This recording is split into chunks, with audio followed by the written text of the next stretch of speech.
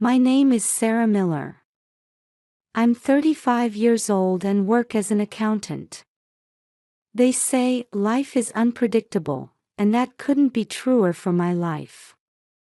5 years ago, I had a fateful encounter at a local coffee shop. That day, my usual spot was taken, so I reluctantly sat next to a stranger. He struck up a conversation, saying, "The latte here is simply divine." That was the beginning. The man's name was Mark Miller. At 37, he was a successful architect.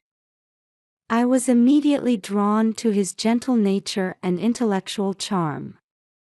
Mark proposed to me by quoting a line from a movie, "You had me at hello." It was as romantic as could be. Our wedding was small but heartwarming. Newlywed life was smooth sailing, with both our careers on track and happiness abounding. Then, in our second year of marriage, we received surprising news. I was pregnant. Mark and I were overcome with joy, tears streaming down our faces. "What a blessing to be given a new life," Mark said excitedly. Though there were anxieties during the pregnancy, Mark's support helped me through it all. Then came the long-awaited day of delivery. The labor pains were more intense than I'd imagined, but the moment Emily was born, it was all worth it. When I held her tiny hand, I vowed to protect her and make her happy. Emily's birth changed our lives dramatically.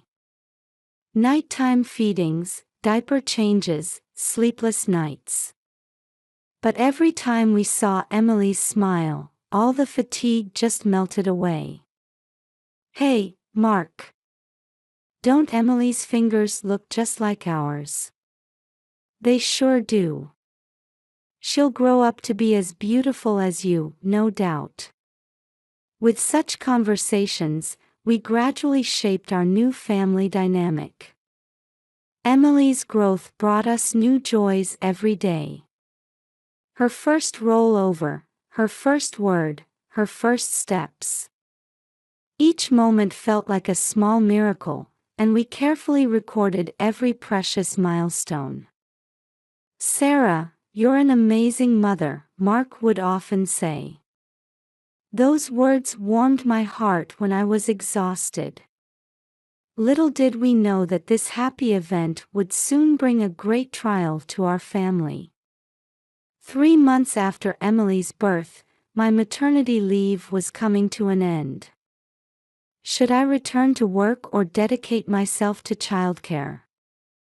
This decision would lead to unforeseen consequences that I couldn't have imagined at the time. I had a strong desire to return to work. I didn't want to give up my career as an accountant, and honestly, we needed my income. Mark's salary alone wouldn't cover the costs of raising Emily. But when I thought about Emily, my heart ached. Was it okay to leave a 3-month-old baby with someone else? Wouldn't she miss me? Such worries kept crossing my mind. After much deliberation, I discussed it with Mark. "Sarah, your work is important. We'll figure it out together," Mark said, giving me a bit of courage. In the end, I decided to return to work. However, I started with part-time, 4 days a week, instead of full-time. Fortunately, my company was understanding and accepted this proposal. But a new problem arose. We needed to find someone to take care of Emily. We couldn't find a daycare that would accept a 3-month-old baby, and hiring a babysitter was too expensive. That's when Mark made a suggestion. "What about asking my mother?" Honestly, I was hesitant at first. I didn't have a particularly close relationship with my mother-in-law, Judith. But with no other options, we decided to ask Judith. She had recently retired and had time on her hands. When we explained the situation over the phone, Judith surprisingly agreed readily. Taking care of my granddaughter. There's nothing that could make me happier, Judith said, which put me a bit at ease. However, I still felt a nagging worry. I wondered if Judith could really take proper care of Emily. Judith arrived at our house a week before I was to return to work. At 62, Judith was petite but exuded an air of authority. Her graying hair was pulled back tightly, and she wore crisply ironed clothes. "Please take care of her, Judith," I said, to which she smiled thinly and replied, "Oh, Sarah. No need for such formalities. Call me Mom." I felt a bit uneasy at her words but decided to comply for the sake of keeping the peace. Judith immediately began inspecting every corner of the house. "This should be done this way, that should be placed there for efficiency," she kept giving instructions. She also had many opinions about our childcare methods. "You're changing diapers wrong, the feeding intervals are off, you're too soft on putting her to sleep." Each of Judith's words chipped away at my confidence. Mark would say, "Mom is experienced, she must be saying these things with good intentions," but to me, it all sounded like criticism. Still, Judith's help was essential for me to return to work. I decided to grit my teeth and bear it. The day before I returned to work, I gave Judith detailed instructions. The location of Emily's favorite stuffed animal, her preferred toys, her habits and preferences. Judith listened silently, but in the end, she said, "Don't worry, I've got this. Leave it to me." That night, I confided my worries to Mark. "Is Judith really okay? Will she take proper care of Emily?" Mark hugged my shoulders and encouraged me, "It'll be fine. Mom can be strict, but she always puts children first. Let's trust her." The next morning, I left the house with heavy steps. Looking back, I saw Judith holding Emily at the entrance. "Have a good day." "Don't worry," Judith said, which reassured me a little.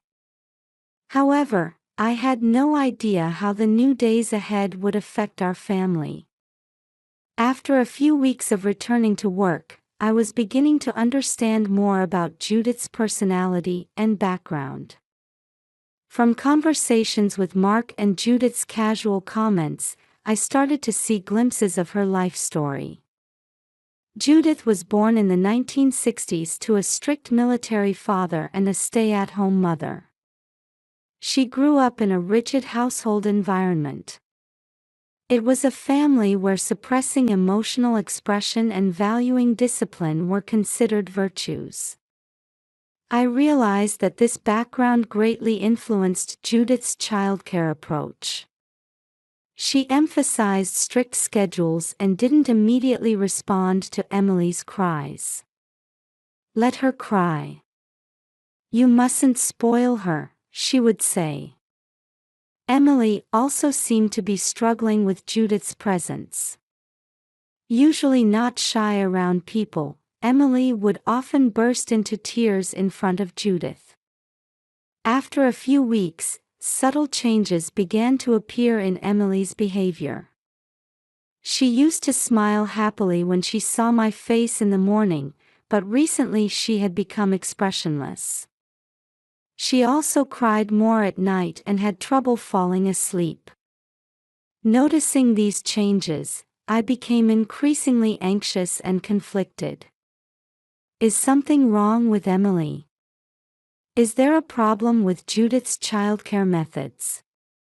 Such questions kept crossing my mind. Even when I consulted Mark, he would only say, "Let's trust Mom." I started to get irritated with Mark for not understanding my concerns. "Mark, something's wrong with Emily. Don't you think there might be a problem with how Judith is raising her? Sarah, Mom is experienced. Don't you think you're just being oversensitive?" As we repeated such conversations, tension began to build in our marriage. One Friday evening, I returned home earlier than usual from work. When I arrived, an eerie silence hung over the house. There was no response when I called out, "Emily." "Judith." Driven by anxiety, I searched the house and heard a faint noise coming from the bedroom.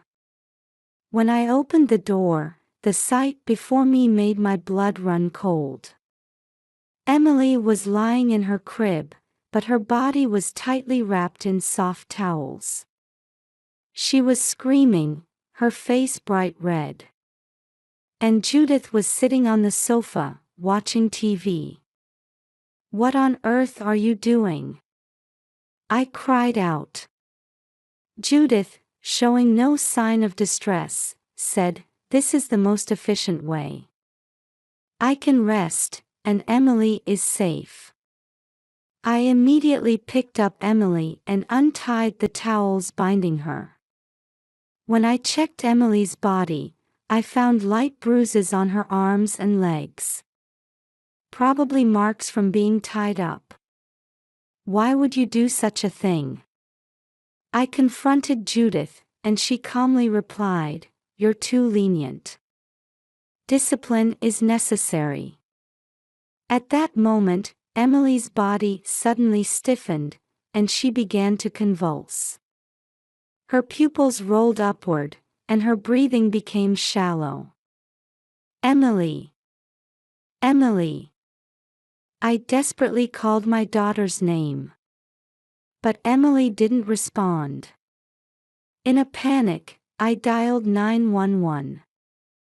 "It's an emergency. My 3-month-old daughter is having a seizure. Her breathing. While following the operator's instructions, I continued to hold Emily tightly.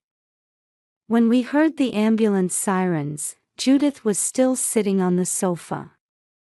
"You're overreacting, Sarah. This is how we raised children in my day," Judith muttered. Looking at her, I realized she truly didn't understand. The paramedics arrived and quickly put Emily on a stretcher. I got into the ambulance with her, but the fear and anxiety I felt at that moment are indescribable. Watching Emily's tiny body continue to convulse, I headed to the hospital with a prayerful heart. The hospital emergency room was in chaos. Emily was immediately taken to the treatment room, and I waited in the waiting room, trembling with anxiety. Mark arrived 30 minutes later. "Sarah, what's going on?" Mark rushed over, out of breath. I explained the situation through tears. I could see Mark's face contort with anger and fear. An hour later, the doctor came to us. "Mr. and Mrs. Miller, we need to talk," he said, and we were led to a small consultation room. "Your daughter's condition has stabilized," the doctor began.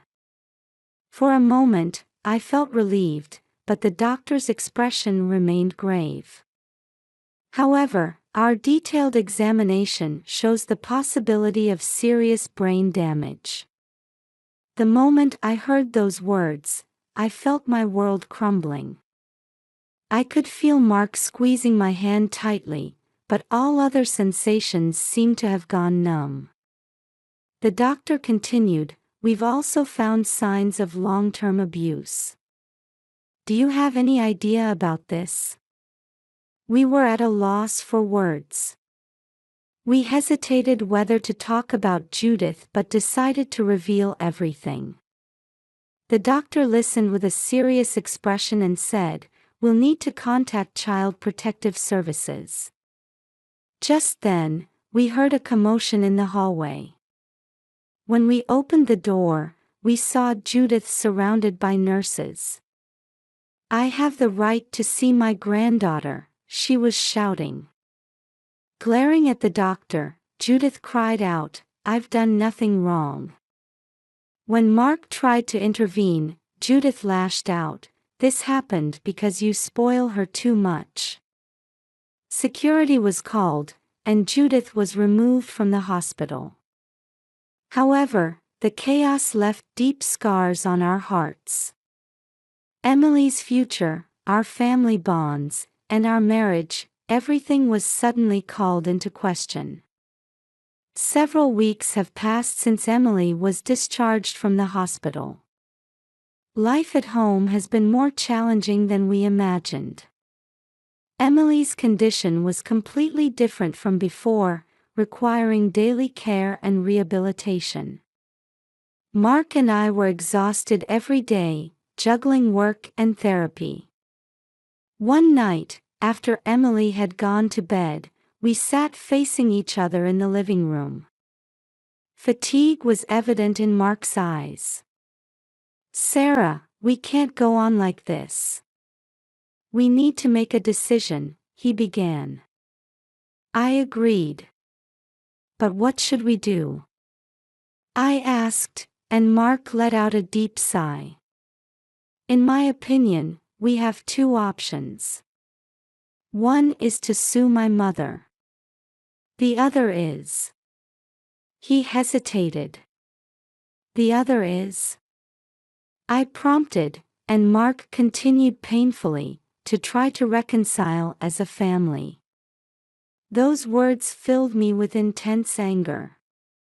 Reconcile? After what she did to our child, that's absolutely impossible. Mark quietly replied, "I know, Sarah. But Mom had her own issues. Considering her upbringing and past traumas." "That's no excuse," I interrupted. "Emily's future has been ruined." Silence fell. After a while, Mark spoke up. "Sarah, our relationship is in danger too. I feel like I can't handle this stress anymore." Those words brought me back to reality. Indeed, over the past few weeks, we had been blaming each other and arguing more often. "So, what should we do?" I asked in a small voice. Mark took my hand. "First, let's get counseling for ourselves. Then, let's make the best decision for Emily. Whether we take legal action or try to reconcile, let's decide together." That night, we talked for a long time.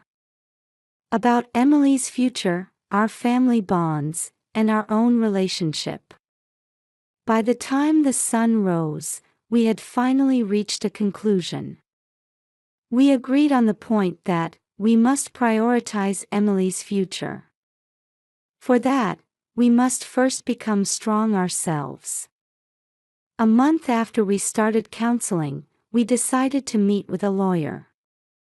We felt legal action was necessary to protect Emily's future and prevent similar tragedies.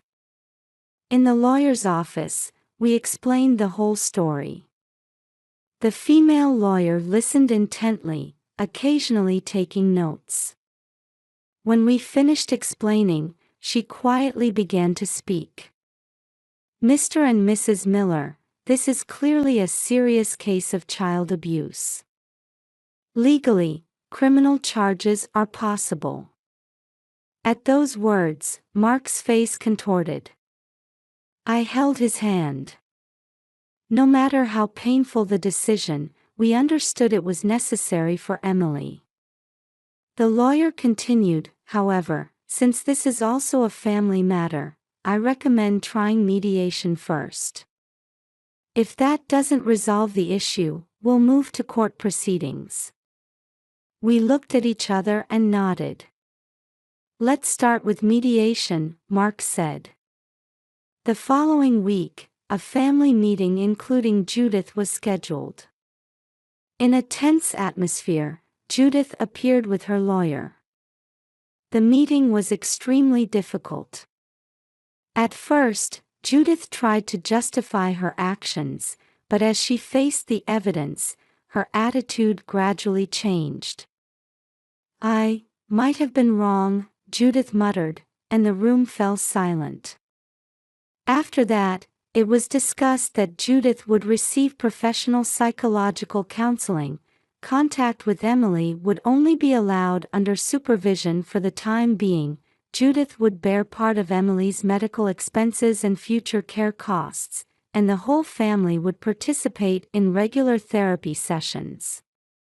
We reached an agreement on these points. A legal settlement was reached and approved by the court. However, this was just the beginning. Emily was receiving rehabilitation at the pediatric neurology department 3 times a week. The schedule was hectic, with speech therapy, occupational therapy, and physical therapy. Emily showed gradual progress and slowly began to speak words. Mark and I were busy balancing work and rehabilitation. Fortunately, both our workplaces were understanding and allowed us to work flexible hours. Still, the accumulation of fatigue was unavoidable. Family therapy sessions also continued regularly. At first, the atmosphere was awkward, but as we repeated the sessions, we began to understand each other's feelings better. The change in Judith afterward was also significant. She earnestly engaged in counseling and faced her past. "Now I understand how terrible my actions were," she said tearfully. Mark had a complex expression on his face as he watched her. I myself was struggling with feelings of self-blame. The thought, if only I had noticed earlier, would occasionally overwhelm me. The counselor repeatedly told me, "You are a victim, not a perpetrator," but it took time for me to fully accept those words.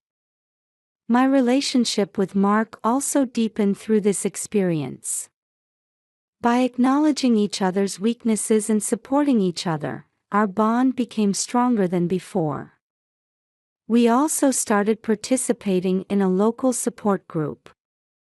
Interaction with families who had similar experiences was a great encouragement.